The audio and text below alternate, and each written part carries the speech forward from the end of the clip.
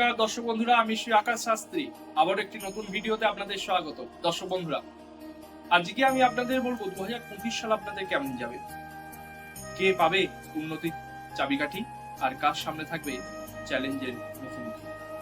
তাই আজকে 2025 সাল নিয়ে আপনাদের সামনে বিশদে আলোচনা করব। তাই সম্পূর্ণ ভিডিওটি দেখবেন এবং প্লিজ সাবস্ক্রাইব করবেন চ্যানেলটিকে। ভাগ্যের দর্শন চ্যানেলে আপনাদের সকলকে স্বাগত। 2025 সালের গ্রহ নক্ষত্রের বড় পরিবর্তন কেমন প্রভাব ফেলবে আপনার জীবনে, আজকের আলোচনায় সেটাই জানবো। দেখে নিন আপনার কোন রাশি এবং মিলিয়ে নিন আজকের প্রেডিকশন। মেষ রাশি। মেষ রাশির শুরুর দিকে একটু চাপ থাকবে, কিন্তু তবে কাজের নতুন সুযোগ থাকবে, ভাগ্য ফিরে আসবে বছরের মাঝামাঝি সময় থেকে। তাই মেষ রাশি জাতক বা জাতিকারা অবশ্যই তোমরা লেগে থাকো এবং চেষ্টা করো, দেখবে অবশ্যই তোমাদের সুফল মিলবে। বৃষ রাশি। বৃষ রাশির ধীরে ধীরে আর্থিক উন্নতি ঘটবে এবং তবে সামান্য প্রেমে ঝড় আসতে পারে, তবে শেষ ভালো যাক, সব ভালো। মিথুন রাশি।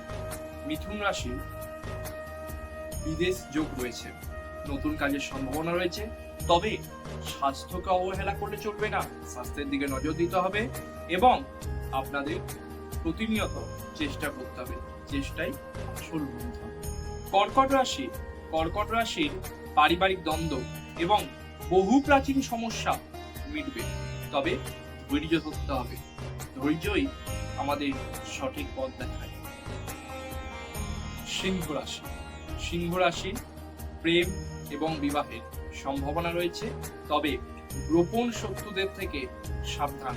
সিংহ রাশির বিদেশ যোগ রয়েছে, সিংহ রাশির কিন্তু আর্থিক উন্নতির দিশা রয়েছে, তবে একটা কথা সিংহ রাশিকে মনে রাখতে হবে, কর্ম সঠিক রাখতে হবে, কখনোই অসৎ কর্মে যাওয়া সিংহ রাশির জাতক বা জাতিকাদের চলবে না।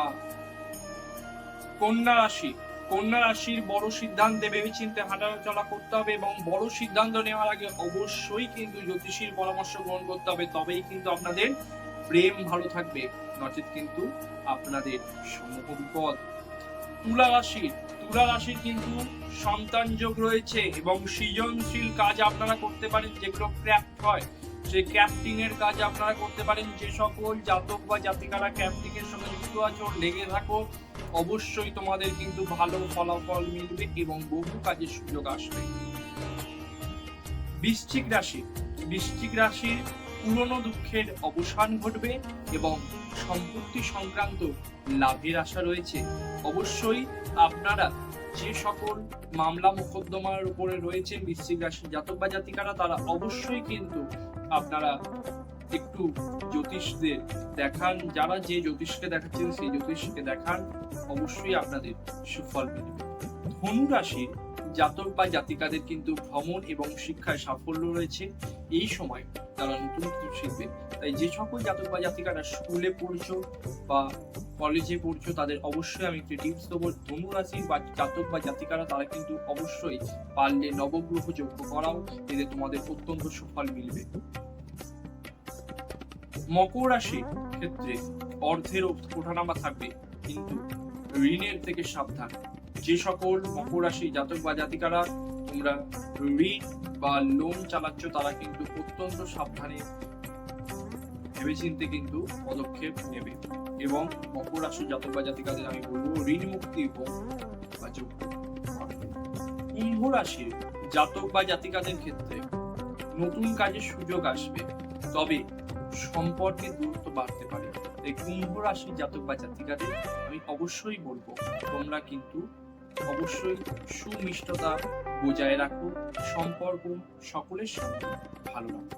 মীন রাশি। ভালো সময় শুরু হবে, তবে বিশেষ করে কর্মক্ষেত্রে মীন রাশির অত্যন্ত শুভ সময় আসছে। মীন রাশি জাতক বা জাতিকারা তোমরা অবশ্যই কিন্তু কর্মক্ষেত্রে ভালো করে লেগে থাকো এবং যারা চাকরির আশা করছো তারাও কিন্তু মীন রাশি জাতক বা জাতিকারা চাকরি পাবে। আপনার কুণ্ডলীর উপরে যদি শনি বা রাহু পূর্বভাব থাকে তাহলে অবশ্যই কালো তিল দান করুন, শিব পূজা করুন এবং মন্ত্র জপ করুন। এতে আপনার জন্য অত্যন্ত উপকারী।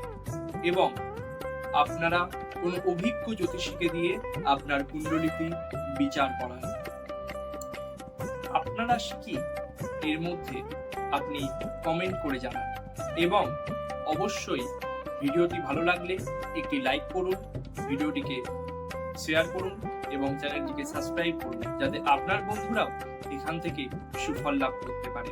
আর আমার সঙ্গে যদি পার্সোনালি কেউ যোগাযোগ করতে চান তাহলে অবশ্যই স্ক্রিনে দেওয়া নাম্বারে যোগাযোগ করুন। এই পর্যন্তই, আবার দেখা হবে নতুন কিছু আলোচনা নিয়ে।